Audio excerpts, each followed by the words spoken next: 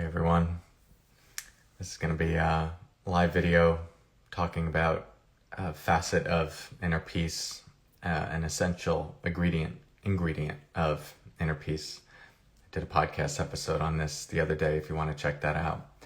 But as many of you know, I do have an upcoming retreat this weekend where the theme is going to be inner peace, settling the agitation.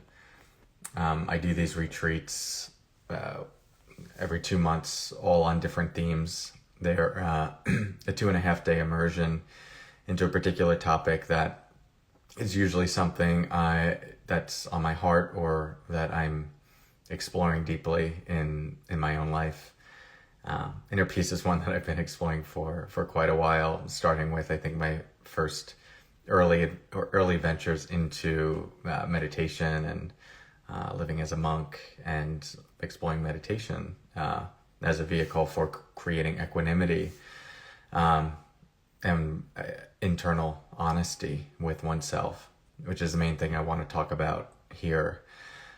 I sent a text to our text message community the other day that said, you can lie to other people about who you are, but you can't lie to your heart. And I'm curious how that lands for you. For those who are listening live, and for those who are listening to the recorded version, feel free to share in the comments what you feel when you hear that sentiment, that you can lie to other people about who you are, but you can't lie to your heart. This to me is what this is pointing to is the foundation of what we might conceptualize as inner peace. This ability to put our head on the pillow at the end of the day and just feel thoroughly aligned with ourselves on the deepest level. And when I say the deepest level, what I mean by that is the deepest capacity you have for listening to and attuning to the most subtle and fundamental truth of yourself. Words like truth and self, they get thrown around flippantly, and I'm guilty of doing that as well. But when I say it, when I'm inviting you to look at like what is fundamentally true for you, truth has what we could say is like a particular frequency, which is another word that gets thrown around flippantly. But so we might just view it as like a resonance where you don't actually need a description for it. There's a sense of like, oh, I feel what is true. I can't really describe it in language. It's non-linear. It's not something I can use other words to really capture the essence of. There's just something that like I feel in my belly that resonates as like boom. It's very simple. It's clear.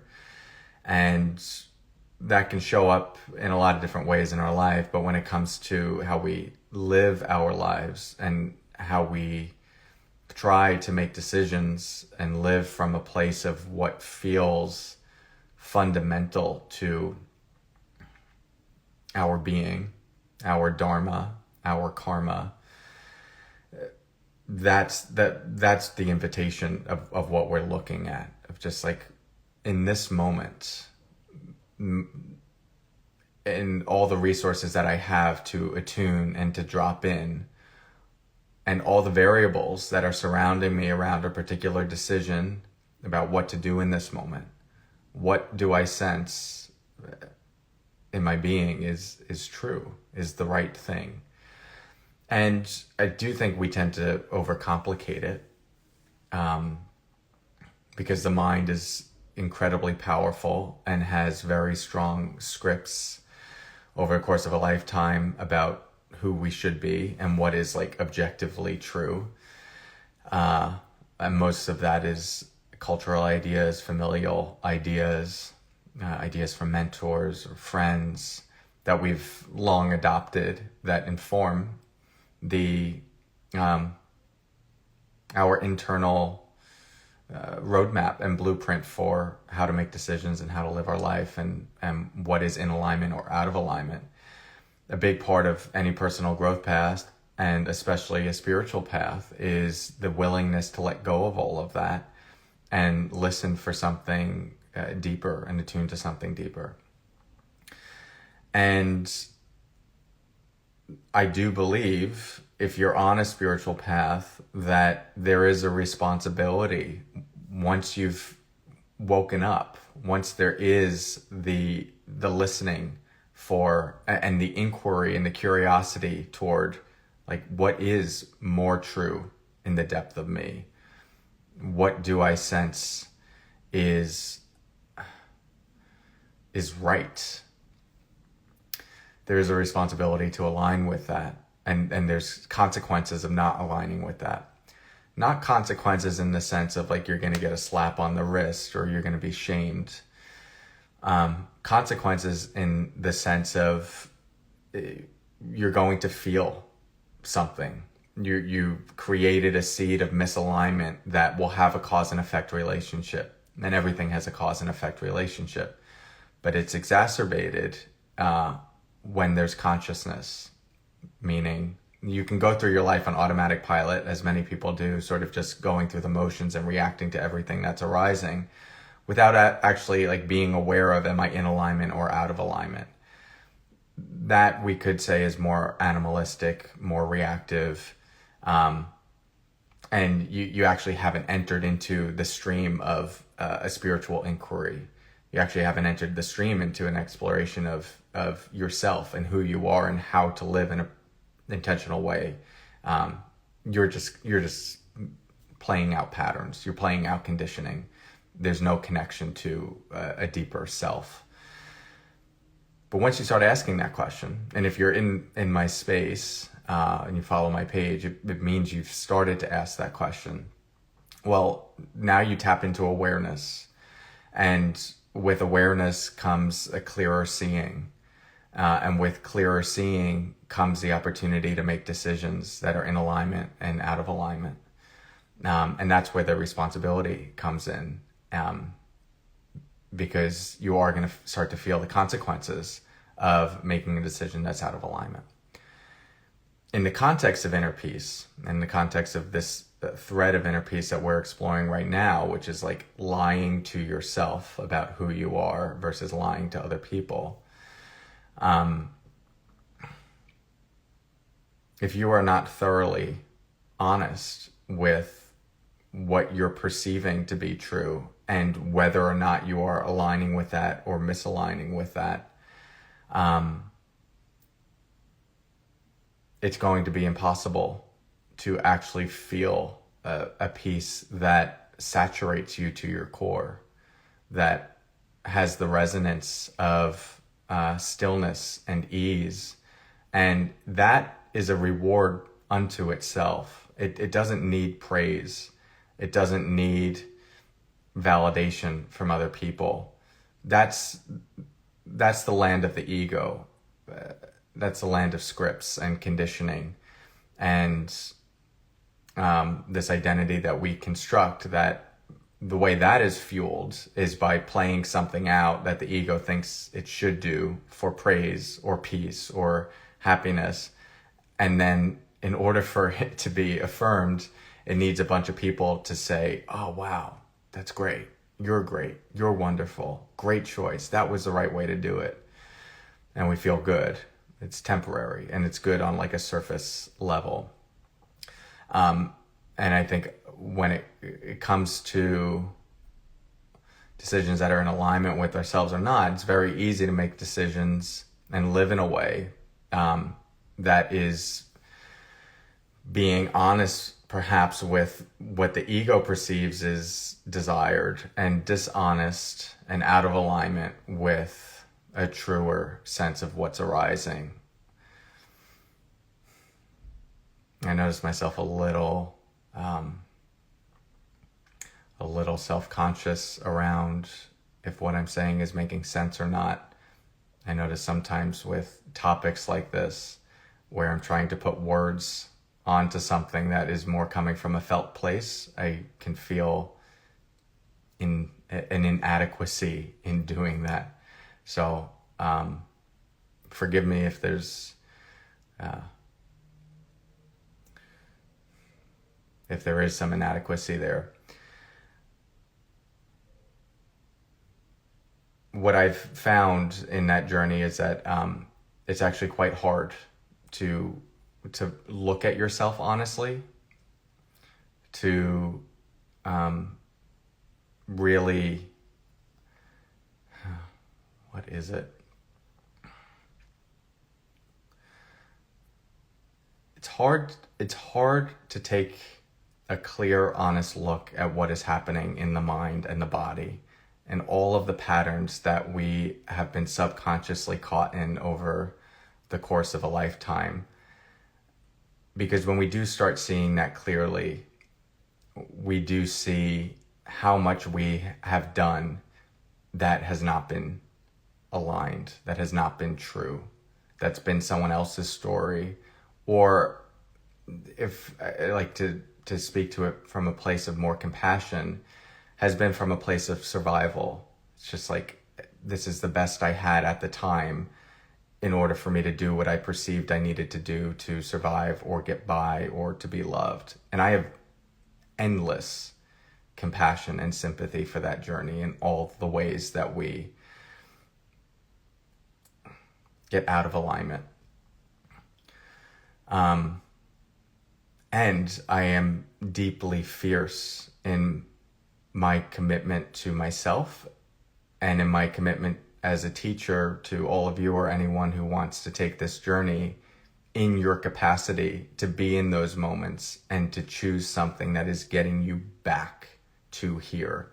And a moment of that, a moment of a decision, a moment of seeing like, ooh, there's something I could say that would make me look a certain way or would reduce some what I perceive as ego consequences, like a moment of seeing that pattern of conditioning that wants to play out, stopping, dropping in and going, it's something else, and just surrendering to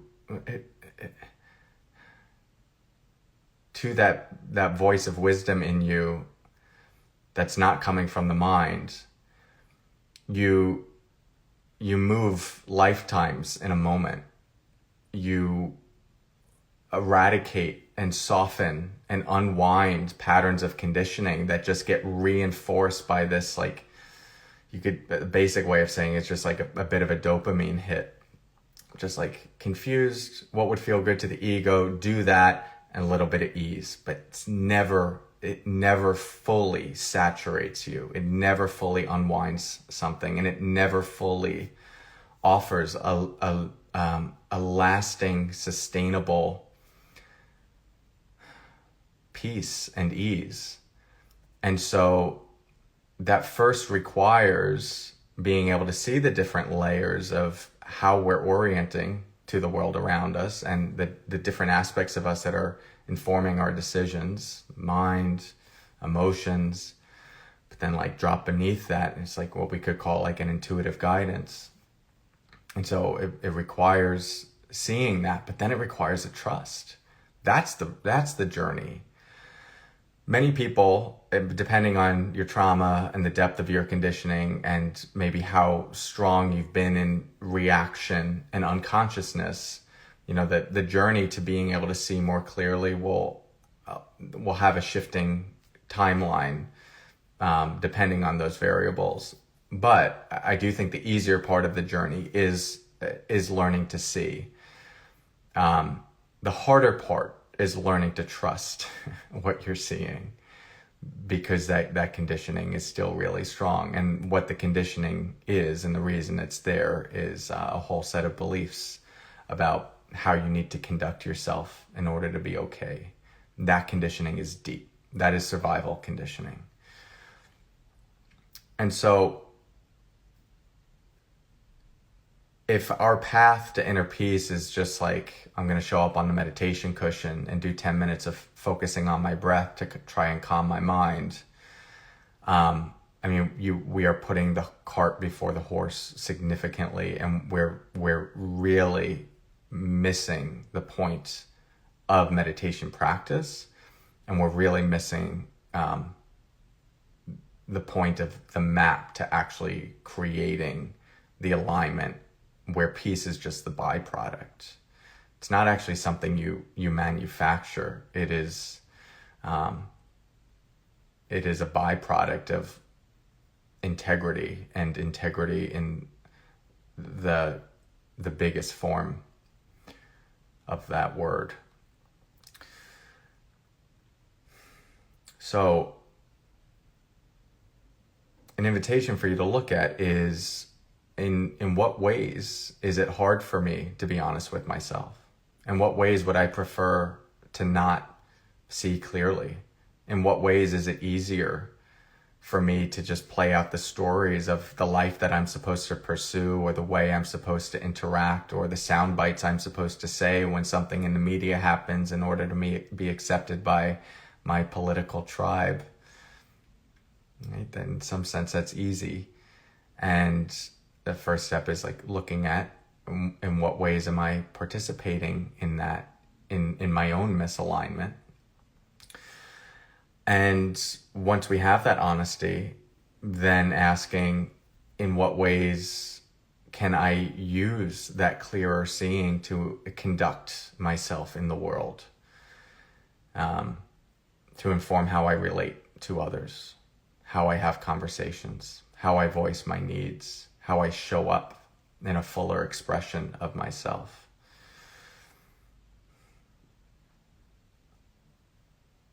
That's a big overlooked part of the path. You could view it as right conduct from a Buddhist point of view, but I think you especially view it through the lens of sila, which is the translation of that is morality, and sila is foundational on the path to enlightenment in the Buddhist tradition, at least. And many people view that as like, oh, I have to be a good person, or they use it as like ground to create more moral judgment against yourself, against themselves, of like, I can't do this, have to do this is what a good person does. And it has this like berating, like, I need to be a good person to mommy, daddy sort of energy. And I'm not a fan of that. And that's not what this is pointing to. What morality is essentially pointing to in the Buddhist context is that until you get to the point where you are honest with yourself and you're making decisions from that place of honesty, you're sort of just like rearranging the deck chairs on the Titanic. It's like, okay, yeah, you could go on meditation, you could try and calm your mind, you could focus on your breath, but like there's something fundamental that is not getting reorganized because the wisdom function is not actually expressing itself through the conditioning. The conditioning being, again, all of these ideas and beliefs of how we need to interact and who we need to be in order to be okay. So you get that right, you start being honest with yourself in that way, and you start surrendering to that and trusting that as the guiding principle in your life, you will see your life change in ways that nothing else can. No crypto investment, no single relationship,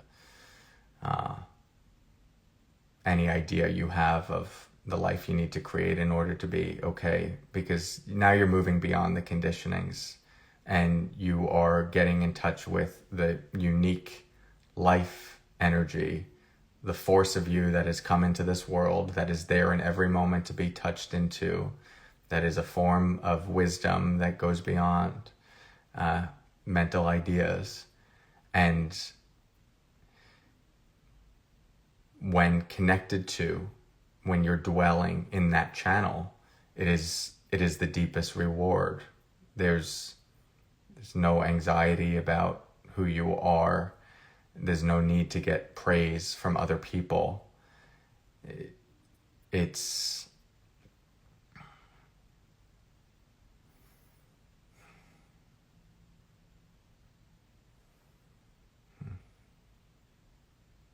just fundamentally clear to you in a moment, without words, that this is correct, that I am true to myself. And I think that's a journey of a lifetime, and big work in this world. And everything kind of unfolds from there. I can't promise you more money or a nicer house or more friends or family. I don't know if that's your particular karma. I can promise, though, that you take that journey and you will start to wake up in the morning and enjoy being in yourself. You will be able to go to bed at night and just feel ease and settled and calm, not just in the mind, but like throughout the depth of you. And that's, in some sense, the only interest I have in this life for myself and for others. There's a lot of like trying to take care of other people that I think is really good. But I think it's misguided, and it's coming from our ideas of what would be good for other people. And I think we need to look at our own journey and go like, what is actual freedom in here? Am I walking that journey? Do I even know what that entails? Do I even know how to get there? And before maybe trying to fix everyone else with my ideas, maybe I can look at just how hard this is and walk that myself, and then let my alignment, my own alignment, emanate to others. Because people feel it and they respond, and it forces others around you to reorganize. Not always in a way that they want to. People don't always respond to inner truth. You aligning with your truth by bowing at your feet or going, wow, this is great. I'm going to go start my own personal development journey. Usually often there can be an ego reaction. And that reaction is like, how come you don't go out and drink with me anymore? You're so lame. You're stop doing all that meditation bullshit. So I'm not saying that doesn't come with the path. I am saying it won't matter as much because you touch into something deeper. You can lie to other people about who you are, but you can't lie to your heart. This weekend, we're going to be going into this exploration. The theme is inner peace, settling the agitation. Be about 12 hours worth of teachings over 2.5 days, different meditations, practices, mindset shifts, options for Q&A. And I really hope you can be there if this is of interest. The retreat is fully recorded, so if you can't attend live but you're interested in the content, you can still sign up. Just make sure you do so beforehand, because then you'll get access to all the recordings as they become available. They're all available within 30 minutes after the ending of each session, so you don't need to be there for the full immersion. Less than 50% of people actually do. Many people just add it to their learning library and go through it when they can. So know that you have that option. All the details for that, I pinned the link here in the live, but I also have the link in my bio. You could go to there as well.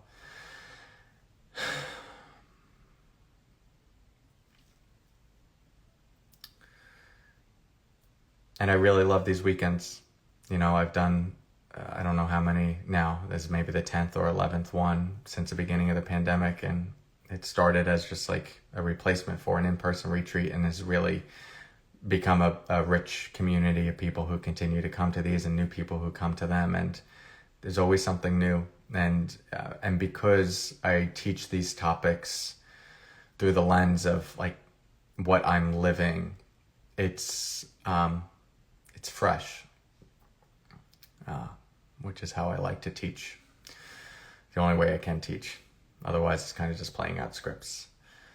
So if you've been following along here, and you like this page or the teachings here, I'm very happy to offer like the reels that I offer and the writings that I offer, because I think for this format, they're a good way to reach people in a way that fits this medium, 15 to 30 seconds. But it's also important to know that the real work comes through the practice, and the reason I run retreats is because I often need a dedicated period of time to drop into something, to actually take some time away from the normal distractions and noise of my life so that I can orient to a particular theme and drop in. And it's why many people who are like maybe went to therapy for 10 years or even had a meditation practice for years will come on a retreat and feel like they grew more in that period than they did over, a 10-year period. It's just because the concentration that gets developed, the attunement that gets developed, and the embodiment that gets developed penetrates to a point that it's just very hard to do without a more intensive environment. So retreats will always be, at least from this frame of mind, a big part of my work, and I hope you can attend this one. Again, inner peace, settling the agitation. All of the details are at the link in my bio. If you have questions, you could DM me. I'll try to get to them. I can't always get to them as well. And also know that I recognize that we're all in different financial positions, and I do have partial scholarships for those who wouldn't otherwise be able to attend this retreat. So if you're genuinely interested, like you're feeling like resonant with this, and it just feels like, yeah, this is the right time for me to go into this, but you can't afford it, just reach out at Corey@limindfulness.com. The details for that are also on the landing page on the website, and we'll make it happen for you. Requesting scholarship, financial scholarships, partial scholarships, that's different. Being in need of those is different from not being willing to invest in your well-being and your personal growth. And I do take that line quite seriously. I think it's really important to be energetically connected and invested in the thing that you're exploring. And I won't go into all the ways that I invest in my own growth, but it's significant. It's a very significant part of my income that I put into learning from teachers across the board.